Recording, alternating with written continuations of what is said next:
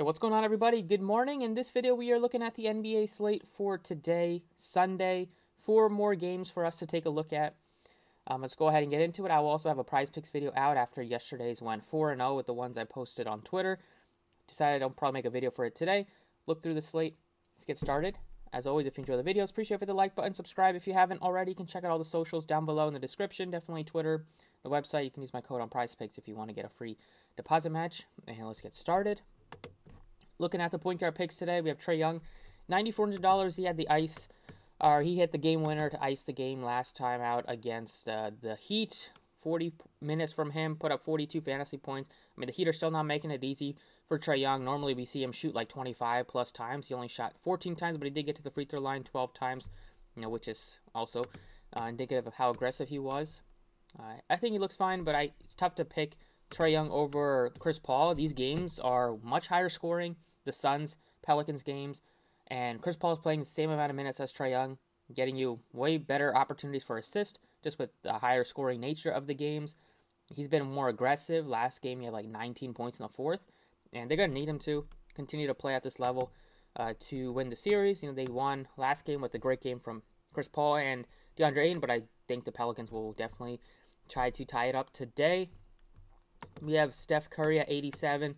He played about 31 minutes. So the minutes restriction is going up on him. He looks fine, but it's still tough for me to get to Steph instead of Chris Paul when, Paul is playing more minutes and he's like, the only offensive catalyst on the team, setting people up, whereas Curry still has like Poole and Klay Thompson and Draymond can get you assists and all those guys. I love targeting the Suns-Pelicans game today. This one has been the best one to target throughout the postseason, this first round.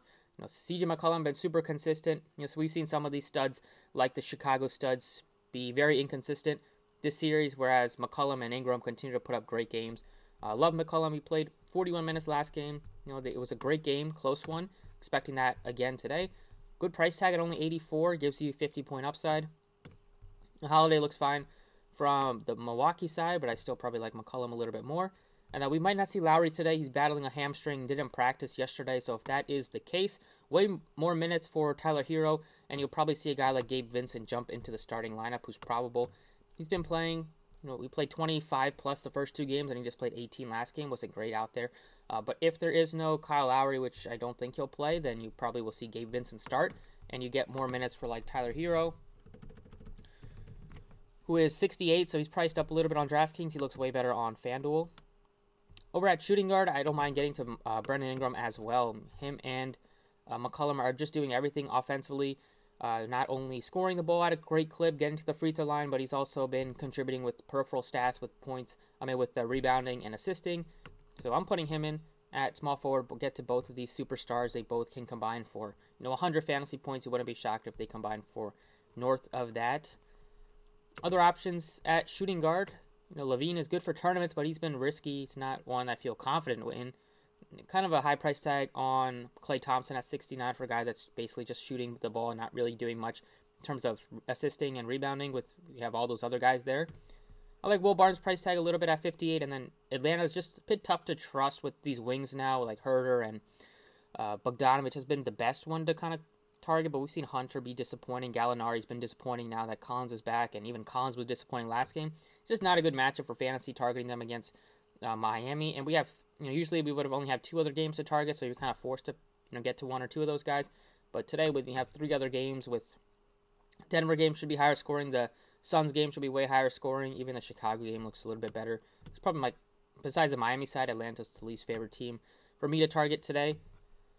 You can definitely go to Pat Connaughton as a value at 43. He came off the bench, but he still hit value just because he got some extra minutes there. And then, like Shamet, they said he was going to start originally, and then they changed it to Cam Johnson. It didn't really make a difference because Cam Johnson didn't play well. Neither did Shamet, but maybe they decided to shake it up a little bit. But they ended up getting the victory, so I think they'll stick with Cam Johnson even though he struggled. But you can definitely go back to him. He's only $4,900 on DraftKings today. Small forward, looking up to get to Giannis if you wanted to. Butler looks better if there's no Lowry. More assist opportunities for him and be a little bit more aggressive handling the ball.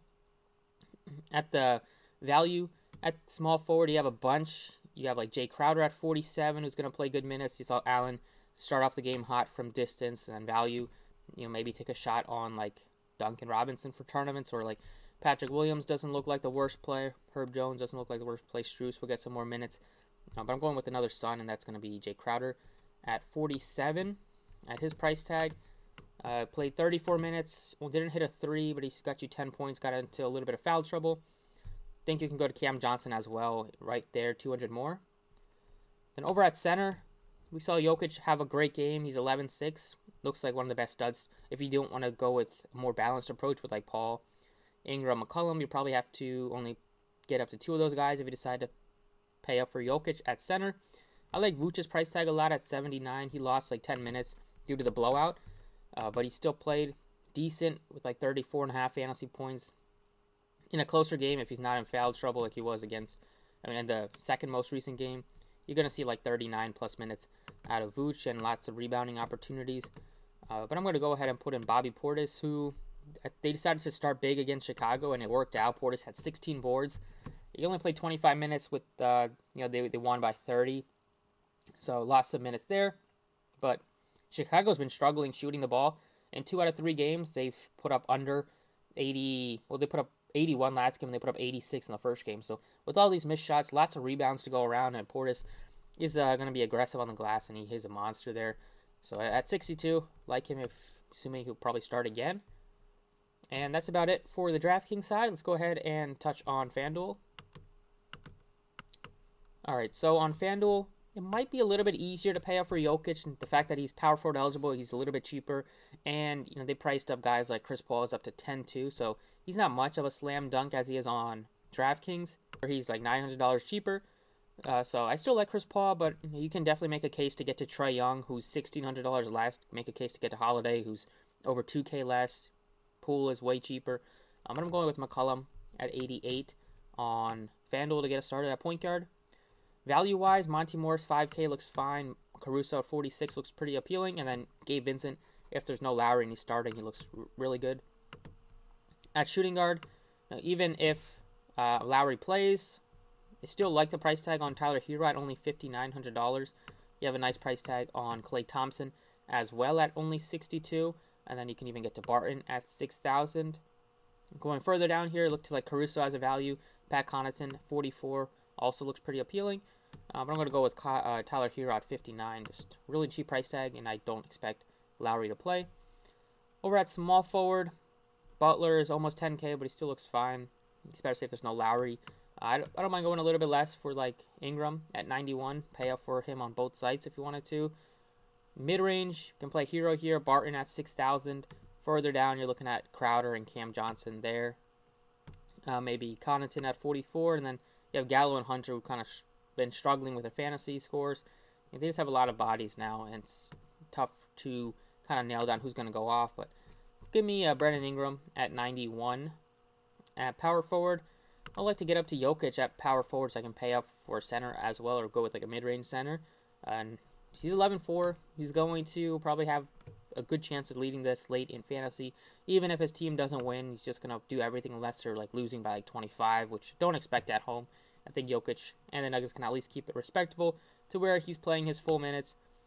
Other options at power forward are definitely like Portis and Draymond at 67. We saw Collins struggle. He's like one of the few Atlanta guys that you can take a shot on just because he does give you upside at that price tag, and he's a lot cheaper than you would expect.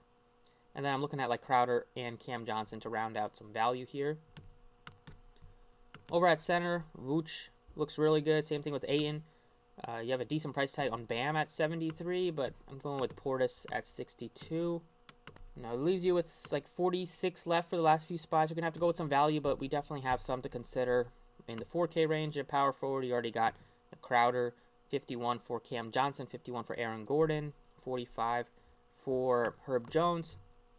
At shooting guard for value, looking at Pat Connaughton there, looking at Max Strus, Caruso, same type of deal for the point guard picks, and then small forward, going cheaper, same deal, Pat Connaughton, maybe Hunter, but like Patrick Williams, Crowder, they look good. So that's about it for the video. Best of luck tonight. Stay tuned for the Prize Picks video if you're going to be playing that, and I'll see you all next time.